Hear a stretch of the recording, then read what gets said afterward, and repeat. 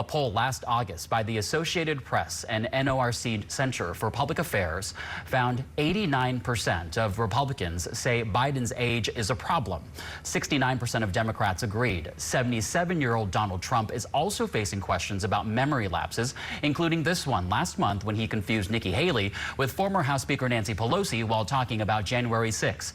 He mistakenly said Haley was in charge of Capitol security in 2021 and turned down security offered by his administration. You know, Nikki Haley, you know, did you know they destroyed all of the information, all of the evidence, everything, deleted and destroyed all of it, because of lots of things. Like Nikki Haley is in charge of security. We offered her 10,000 people, soldiers, National Guard, so whatever they want. They turned it down. Our political director, Andrew Rafferty, is in Washington for us. Andrew, from a legal standpoint, President Biden is likely happy he's not being charged. But what the special counsel included about his memory has given plenty of ammunition to his critics and competitors. How could this impact what is already a big concern for the Biden campaign?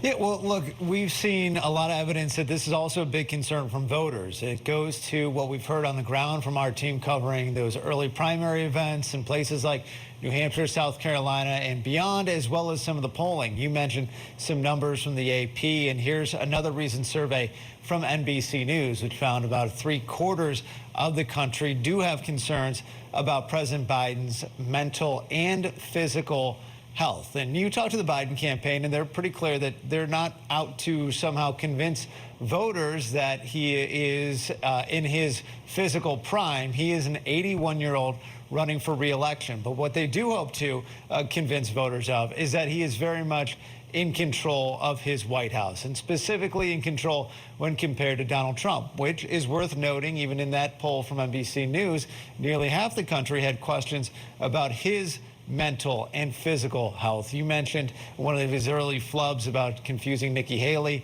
and Nancy Pelosi.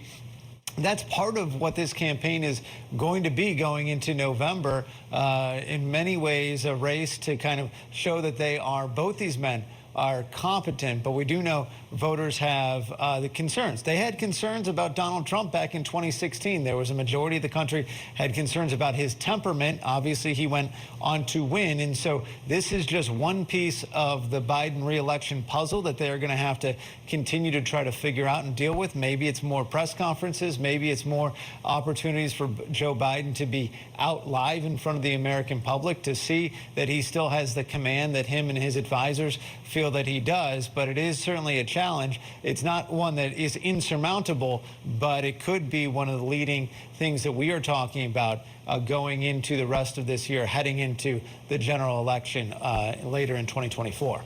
And Andrew, what do we expect from the Democratic campaign in terms of cleanup and containment at this point?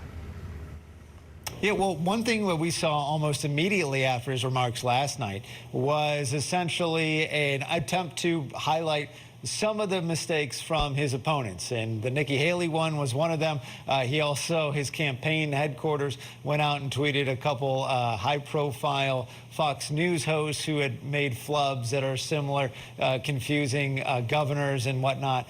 But it was really Kamala Harris, Vice President Kamala Harris, who earlier today gave one of the most impassioned defenses of her boss in remarks directly contradicting what was in that special counsel's report. The way that the president's demeanor in that report was characterized could not be more wrong on the facts and clearly politically motivated, gratuitous. And so I will say that when it comes to the role and responsibility of a prosecutor in a situation like that, we should expect that there would be a higher level of integrity than what we saw. And so that's part of the strategy. You know, we've also seen the president employ humor. He had an Instagram around his birthday last year of making fun of all the candles that were on for his 100th plus birthday. And so they're trying a lot of different things. The biggest thing for them is to make sure that this is not the issue that voters are ultimately deciding their vote on in November. They know it's going to be a factor, but they don't want it to be the factor, Chris. Yeah, a lot of convincing, though, between now and the general election. All right, Andrew Rafferty reporting in Washington. Andrew, thank you.